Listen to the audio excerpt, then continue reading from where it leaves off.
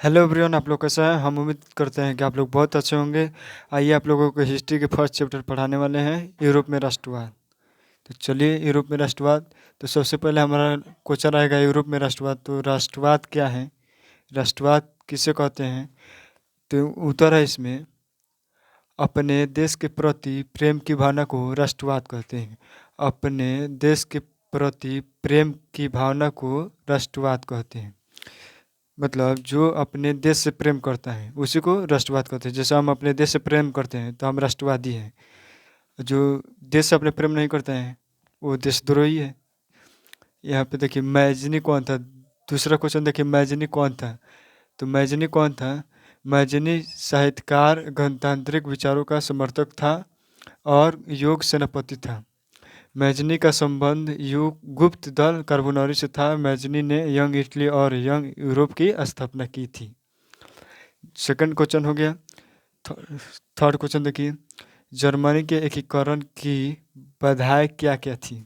Germany के एकीकरण में क्या क्या बाधाएं थी? तो जर्मनी के एकीकरण में निम्नलिखित बाधाएं थी। एक में देखिए, जर्मनी के लगभग 300 छोटे बड़े राज्यों में विभाजित था। जर्मनी लगभग 300 छोटे बड़े राज्यों में विभाजित था।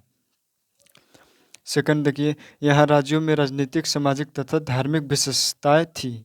या इस राज्य में राजनीतिक तथा धार्मिक सामाजिक विशेषताएं थी। 3 नंबर क्वेश्चन देखिए, राष्ट्रवाद की भावना का अभाव था। राष्ट्रवाद की भावना का अभाव था ये जर्मनी के एकीकरण में, ये बाधाएं हैं। नेक्स्ट क्वेश्चन देखिए, मेटोनिक युग क्या है? मेटोनिक युग क्या है? 2 नंबर क्वेश्चन पूछता है बिहार बोर्ड में। तो मेटोनिक युग क्या है?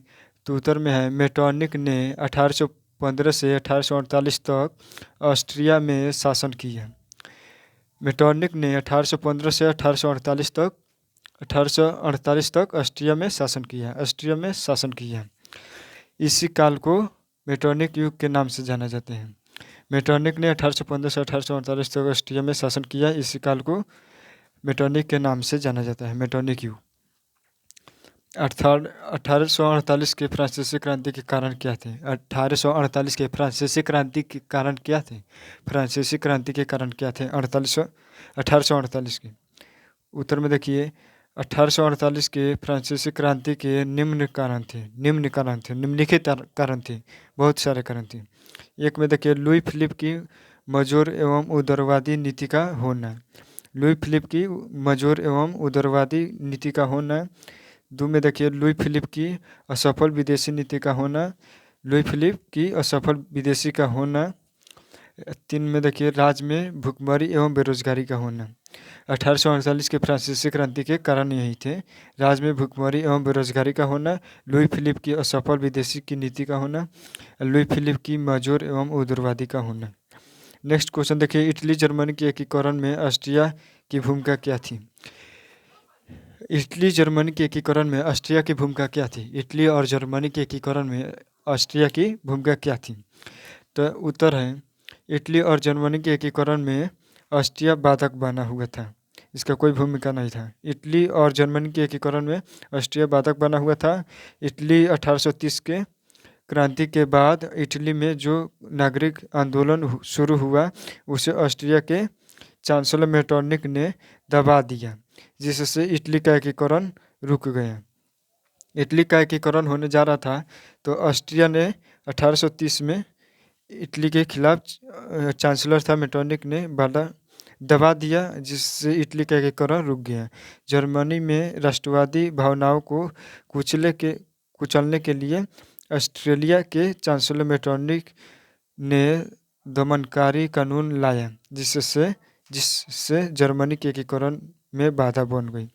जर्मनी के एकीकरण में ऑस्ट्रिया की भूमिका क्या थी? तो यही जर्मनी, इटली और जर्मनी के एकीकरण नहीं होने दे रहा था ऑस्ट्रिया। तो चलिए नेक्स्ट क्वेश्चन देखिए, यहाँ पे है, हम लोग पढ़ रहे हैं यूरोप में राष्ट्रवाद, first chapter Bihar board matric परीक्षा की तैयारी हम कराते हैं। तो नेक्स्ट क्वेश्चन देखिए, यहाँ पे वियना कांग्रेस की 2 उपलब्धियाँ बताएं। वियना कांग्रेस की 2 उपलब्धियाँ बताएं। तो एक में है, वियना कांग्रेस द्वारा बोर्बो राजवंश की पुनः स्थापना की गई। वियना कांग्रेस द्वारा बुर्बो राजवंश की पुनः स्थापना की गई। 2 नंबर क्वेश्चन है, वियना कांग्रेस द्वारा लुई 18वां को फ्रांस का राजा बनाया गया। वियना कांग्रेस द्वारा लुई 18वां को फ्रांस का राजा बनाया गया। पूछ देगा वियना ऑब्जेक्टिव में कि लुई फिलिप 18वां को कहाँ का राजा बनाया गया, तो फ्रांस का।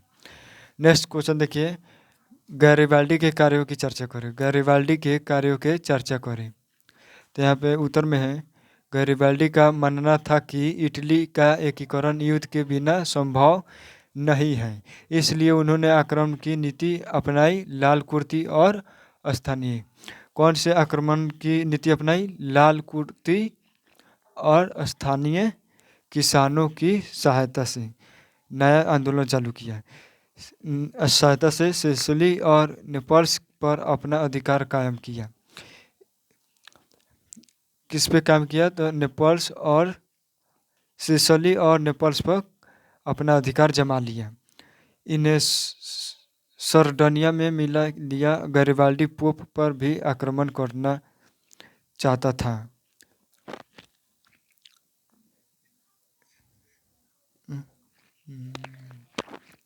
किसानों की सहायता से सिसिली और नेपल्स पर आक्रमण अपना अधिकार बना लिया और यह सार्डिनिया में मिला लिया और गैरिबाल्डी पोप पर भी आक्रमण करना चाहता था, परंतु काउंट काबूर वहाँ के जो थे काउंट काबूर जो थे वो इसकी अनुमति नहीं दी। गैरिबाल्डी देखिए, गैरिबाल्डी का मानना था कि इटली का एकीकरण युद्ध के बिना संभव नहीं है, इसलिए युद्ध करके और अपना कब्जा बना लिया। गैरिबाल्डी का मानना था कि युद्ध के बिना एकीकरण संभव नहीं है, इसलिए युद्ध किया। नेक्स्ट क्वेश्चन देखिए, जर्मनी के एकीकरण के लिए बिस्मार्क ने कौन सी नीति अपनाई? जर्मनी के एकीकरण के लिए बिस्मार्क ने कौन सी नीति अपनाई? तो उत्तर है, बिस्मार्क जर्मनी के एकीकरण के लिए सैन्य शक्ति महत्व को समझता था, इसलिए उन्होंने रक्त और लोहे की नीति अपनाई। जर्मनी के एकीकरण के लिए बिस्मार्क कौन सी नीति अपनाई? तो रक्त और लोहे की नीति अपनाई। रक्त और लोहे की नीति अपनाई। नेक्स्ट क्वेश्चन देख लीजिए, ऑब्जेक्टिव में पूछ देता है कि इतिहास के पिता कौन है? इतिहास के पिता कौन है? हेरोडोटस। इतिहास के पिता कौन है? हेरोडोटस।